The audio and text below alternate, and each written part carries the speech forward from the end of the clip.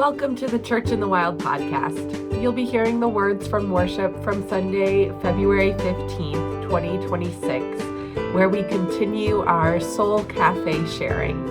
If you want to find out more about Church in the Wild and all of our upcoming events and programs, just go to churchinthewild.org. Thanks for listening. Okay, there's just something about the upbeatness of the song that it really cheers me up. And it's not even like necessarily the words, but it's like the message that it means to me. To me, it's like beginnings and also endings. First of all, I love the Beatles too. I'm just, and I think I always will. So that's the way it goes. I grew up with them, but when I listen to the words, it's like it sounds like, oh, I get back to what once belonged. Like it sounds like you're really, telling somebody, and you are. But I think there's a real positive in there too. At first, and I looked it up what the meaning was, which I hadn't ever done before. But actually, this concert was held on January 30th, 1969. And it was really a protest against in the 1960s, the United Kingdom and their immigration policy. I guess they were particularly about the Pakistanis, because they almost said too many Pakistanis living in a council flat. But the Beatles were not racist at all. They were doing it like a satire to like, hey, but think about what's going on today. Yeah. And that really hit me. I thought, oh, wow. So, as they say, history repeats itself, but this time it's not in a very good way. And there's been, all kinds of interpretations of the song, but JoJo and Loretta were kind of not necessarily to be sexual or not sexual people, just to be kind of anonymous people instead of saying, gee, you're an immigrant or you're this or you're that. And I don't know, the song just kind of cheers me up, although it's also ironic that the Beatles were breaking up and this was their last concert together. And they didn't really have a big plan for it. They just decided to do it at the last minute on the rooftop. And I kind of just love that, the spontaneity of it.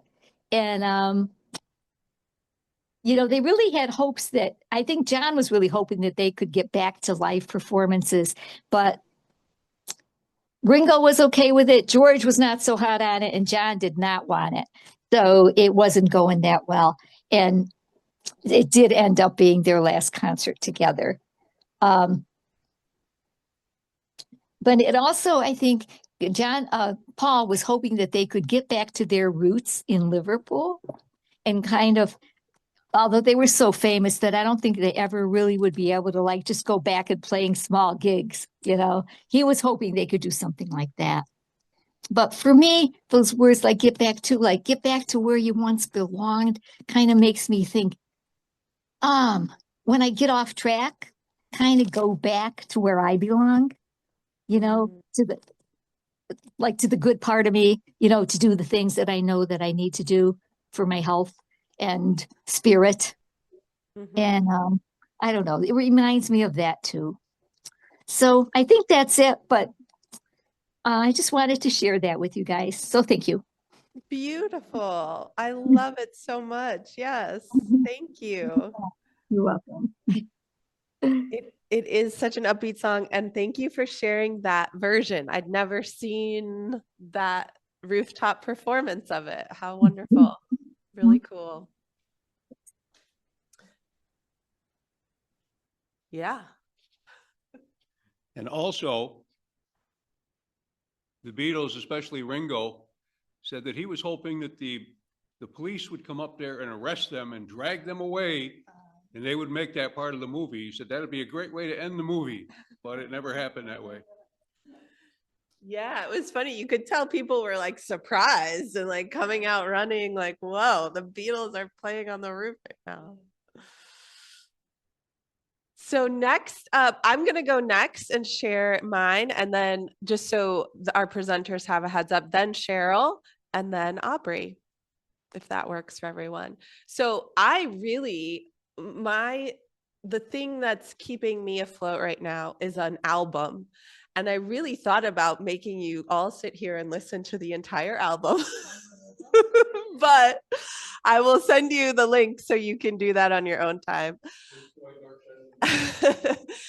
And I'll tell you, I think we'll probably sing a couple of the other songs from the album next month, because the album is called Anthems for an Apocalypse.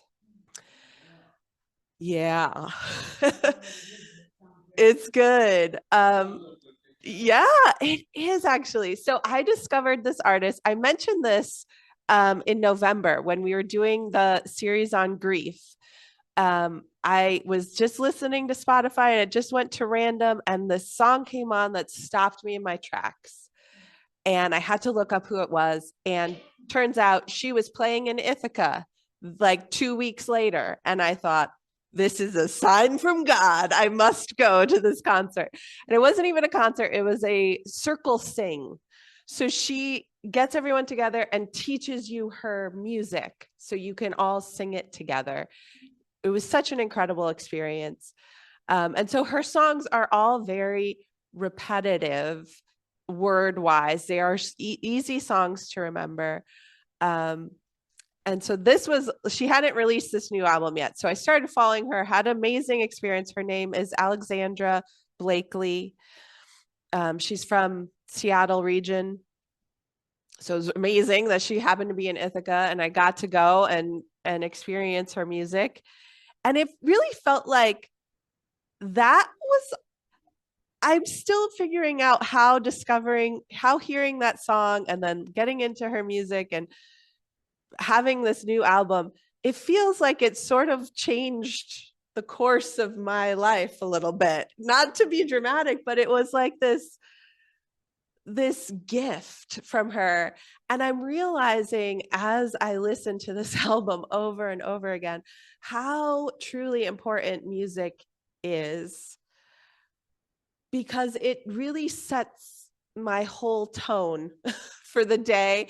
And it's things like I find myself humming or the songs going through my head, and it like gets into your soul in a way that just reading the words wouldn't be able to.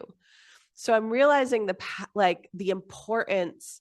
I knew the power of music, but the importance of utilizing that power for good, like picking the songs, the messages that you want your soul to absorb.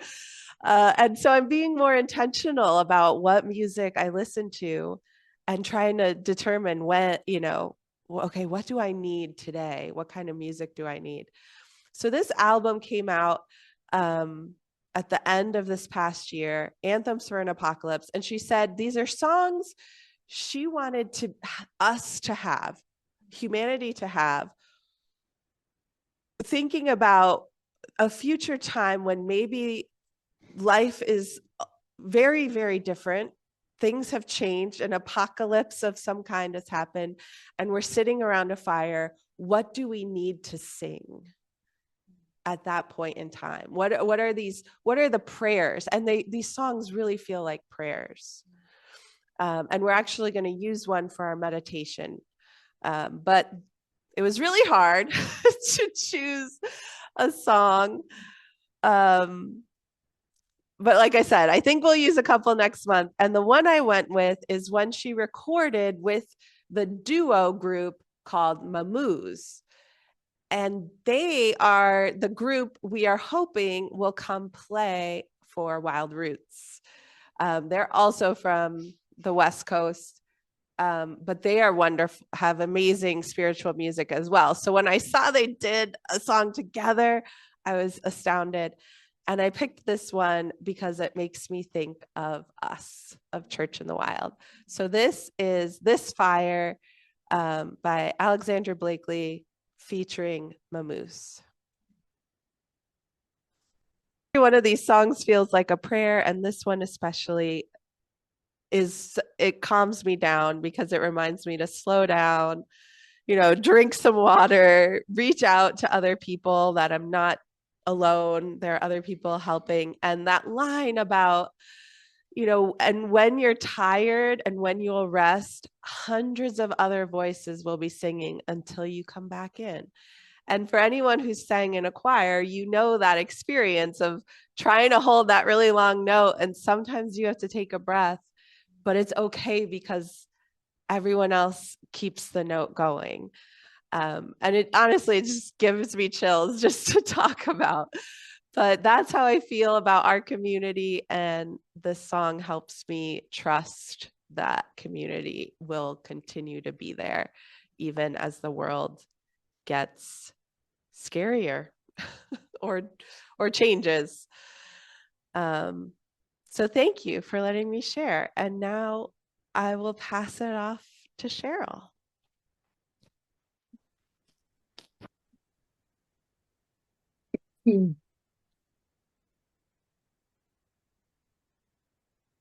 So, like many of you, I have a lot of soul-stirring things, songs, poems. The reason I picked this one is because it came up for me again this week. It's one that circles around to me periodically. And I'm not going to say any more till after I read it.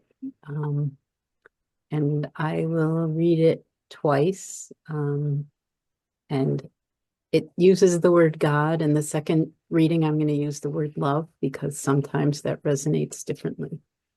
And so I invite you to just receive these words and see if there is anything for them in them for you. And at the end, we don't probably have a lot of time, but I guess I'd like, if it resonates or speaks to anyone else, I'd like to hear how it hit you before I share just a little bit more of why it's meaningful for me. So now I have to, are you going to show it on the screen, Corey, or should I just read it? You can just read it. Okay, let me bring it up.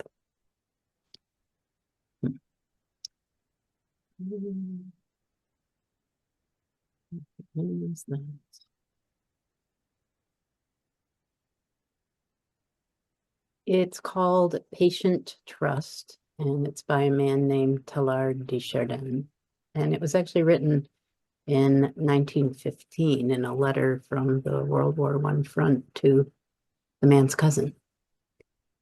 It makes me wonder what he was responding to. Patient trust. Above all, trust in the slow work of God. We are quite naturally impatient in everything to reach the end without delay.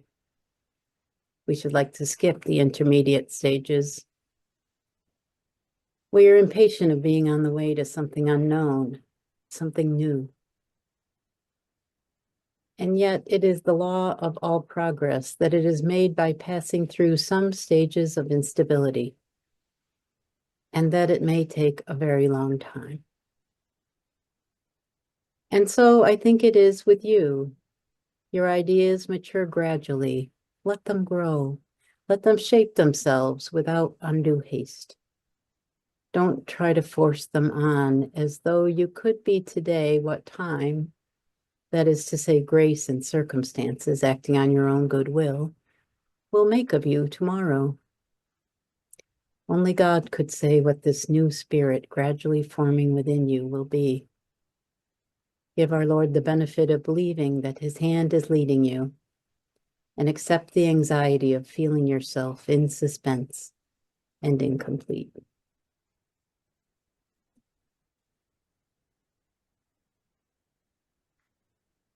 Above all, trust in the slow work of love. We are quite naturally impatient in everything to reach the end without delay. We should like to skip the intermediate stages. We are impatient of being on the way to something unknown, something new. And yet it is the law of all progress that it is made by passing through some stages of instability. And then it may take a very long time. And so I think it is with you. Your ideas mature gradually. Let them grow. Let them shape themselves without undue haste. Don't try to force them on as though you could be today what time. That is to say, grace and circumstances acting on your own goodwill will make of you tomorrow. Only God could say what this new spirit gradually forming within you will be. Give our Lord the benefit of believing that his hand is leading you. Oh, I messed it up. Only love could say what this new spirit gradually forming within you will be. Give love the benefit of believing that love's hand is leading you, and accept the anxiety of feeling yourself in suspense and incomplete.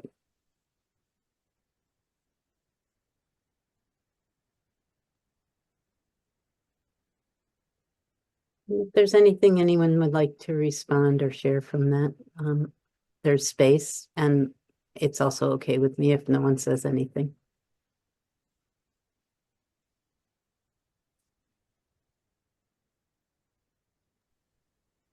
Thank you for sharing that, Cheryl. For me, I'm looking over here because I have a quote board, and one of the quotes that helps me is trust the timing of your life. Mm, And so sometimes, we have all these ideas and we just want to rush through it and get there and, bring all those ideas to fruition. But sometimes, it's quality over quantity, and good things take time. And the things we learn along that journey, it's not about the destination. It's all the little things that add up to it. And if we rush, we might be missing out on a lot. And so I appreciate that because I might be a little type A sometimes. And so the reminder to slow down and just go with the flow and trust the timing that, thank you for sharing that. thank you. And it's clear we're not the only ones ever experiencing uncertainty or difficulty, right? Yeah. I mean, that was in 1915. Yeah. It's been a bit. Yeah. Cheryl, I think toward the end, you may have said love, let love lead us. Mhm. And right now that is, something I'm just so passionate about. And the word, it's the 4 letters are just so powerful.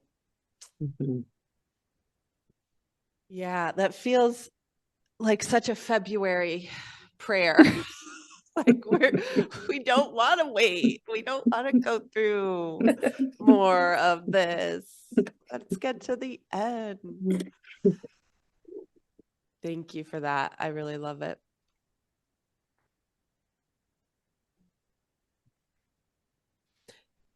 And now, unless you had anything else to say, Cheryl. Go Just for it. briefly, I guess.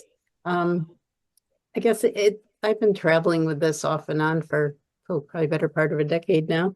And I think at first it spoke to me. I was in a time of transition in my life, and I was really frustrated at how long it was taking. And this reminded me that things do take time. And in retrospect, I can see how I was formed, so to speak, by love along the way to be able to make that transition in a way that I really couldn't have in day one when I thought I was ready. And I also see that just in so many parts of my life and other people's lives, that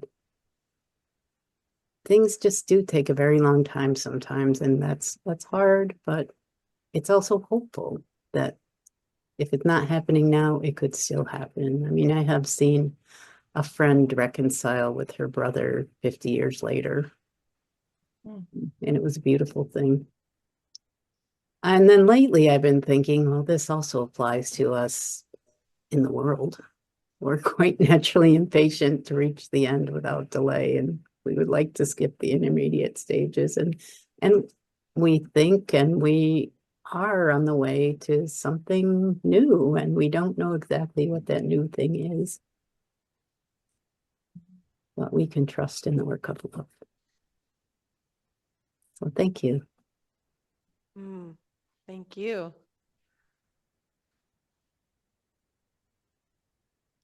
And for anyone who wants it, it's linked in the Wednesday email, because I know I'll be going back and bookmarking that one. Thanks for sharing, Cheryl. And last up, we have Aubrey. Thank you so much, Hello. Aubrey. It's so great. Aubrey was one of our vendors at the Enchanted Earth Market, and then has just sort of kept hanging out with us, Yeah. which is so fantastic. I'm so glad you've been joining us on Zoom and are excited to share a song. So feel free, if you want to say anything before, after, just let us know. Okay. Yeah, I'll go ahead. I'll share a little bit before. And yeah, so thank you for having me. I knew nothing about Church in the Wild. I just happened to be doing some last year. I started my own little crafting business because I know I haven't shared a whole lot about me and my background, but I'm educated in human services. I work at Cornell in HR, and I've done a lot of advocacy work over the years, both professionally and personally. And but I hit the wall during the pandemic, and I needed to come up for air and take a break and pass the baton. And some other stuff happened too, but I won't go down that rabbit hole at the moment. But suffice it to say, I've dealt with some stuff.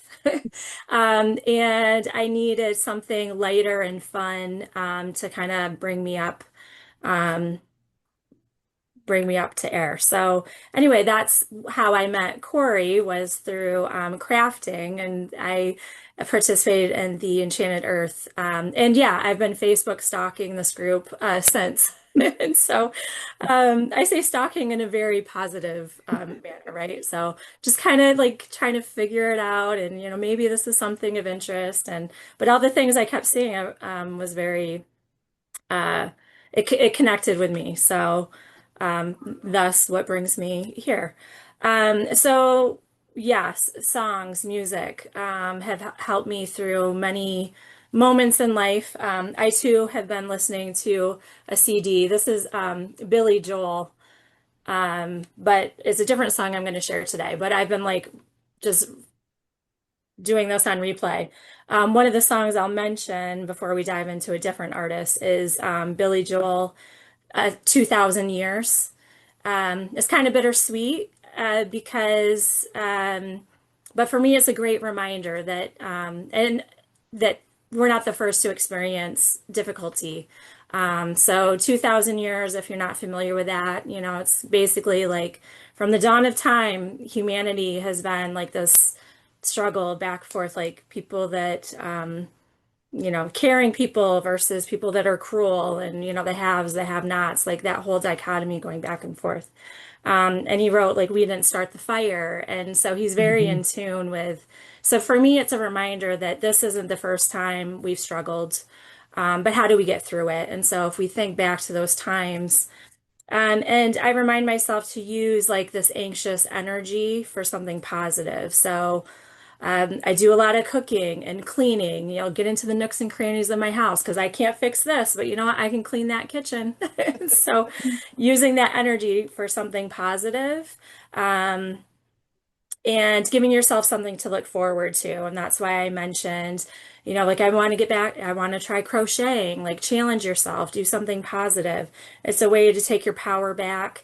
And even though like I've worked in the system, like social services, and I work in HR and benefits, and it's important to understand how the system works, but I am finding myself moving more towards self-reliance and not relying on the system, because it often feels broken and corrupt, and that often can lead to compassion fatigue and frustration. And it's just, so what can you do for you to use your energy in a positive manner? So if you're familiar with human services, like moving from macro to micro advocacy. So those are just some of the tidbits that I wanted to share. But the song that I want to share with the group right now is from my favorite artist, Dave Matthews. I every song of his, I'm hooked. Every new album that they've come out with, I would just on replay. And so the song I chose for us to listen to today is The Best of What's Around, because we all know that there's going to be struggles, there's going to be difficulty, but I encourage us all to make the best of what's around. And groups like this help us come together and remind ourselves that it's not all bad. There's so much good, and we can take care of each other. So. I love that line. If you hold on to what you think's your thing, you might miss all the rest, or something like that. Yeah, that stood out to me too.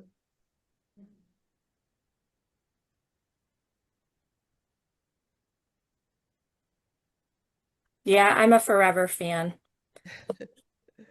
If I had to pick just one singer or group to listen to, and that was the only thing, it would just be Dave Matthews on repeat. Billy Joel's, runner up. Yeah. Well, thanks. Is there anything else you wanted to share? I know there was a photo too. Oh, yeah. So let's see. I can read this to you. I saw it and this resonated with me, and it kind of reminded me of this group too. So I'll just read it. I can't take credit for it. I just happened to see it on Facebook. But in the fast-paced world we live in today, it's easy to get swept away by the constant rush. Yet our bodies weren't designed for this level of stress and speed. That's why we experience feelings of anxiety, exhaustion, even illness. It's a sign that we need to slow down and reconnect with what truly nourishes us. Time with loved ones, laughter, being present in the moment, spending time in nature, sharing meaningful conversations, allowing ourselves to simply be are essential to restoring balance and joy. Life doesn't have to be a sprint. It's about finding moments of peace and connection amidst the noise. Our well-being thrives when we prioritize stillness and meaningful bonds over the demands of a hectic life. Remember, you belong in the spaces that offer peace, nature, calm. Start by taking small steps to incorporate more restful moments into your day, whether it's spending time outside, engaging with loved ones, or simply taking a moment to breathe deeply.